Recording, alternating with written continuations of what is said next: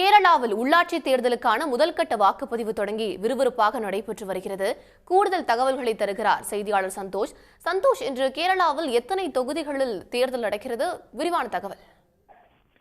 மொத்தம் கேரளாவை பொறுத்த வரைக்கும் 14 மாவட்டங்கள் இருக்கிறது. இந்த 14 மாவட்டங்கள்ல 2 கட்டங்களாக உள்ளாட்சி தேர்தலானது வாக்குப்பதிவு நடைபெறும் என்று அறிவிக்கப்பட்டிருந்தது. கடந்த ஒரு வாரமா பாத்தீங்கன்னா அனல் பறக்கக்கூடிய பிரச்சாரத்துல உள்ளாட்சி பிரதிநிதிகளாக போட்டியிடக்கூடிய வேட்பாளர்கள் பொதுமக்களிடத்துல வாக்குகளை கேட்டு பிரச்சாரத்தில் ஈடுபட்டிருந்தார்கள். இந்த நிலையில இன்றைக்கு காலையில 7 மணி முதல் வாக்குப்பதிவு தொடங்கி இருக்கிறது. திருவனந்தபுரம் முதல் எர்ணாகுளம் வரை இருக்கக்கூடிய 7 மாவட்டங்கள்ல இன்னைக்கு இந்த தேர்தல் வாக்குப்பதிவானது நடைபெறுகிறது.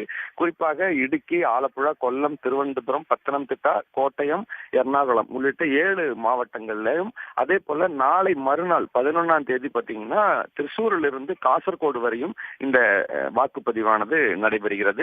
இன்றைக்கு காலையில தொடங்கி இருக்கக்கூடிய இந்த வாக்குப்பதிவுல மக்கள் பிரதிநிதிகளை, அதாவது உள்ளாட்சி மக்கள் பிரதிநிதிகளை தேர்ந்தெடுப்பதற்காக வாக்காளர்கள் காலையிலிருந்தே ஆர்வமுடன் வாக்களிக்கக்கூடிய ஒரு காட்சிகள் தான் தற்பொழுதைய தேர்தல் களத்துல காண முடிகிறது.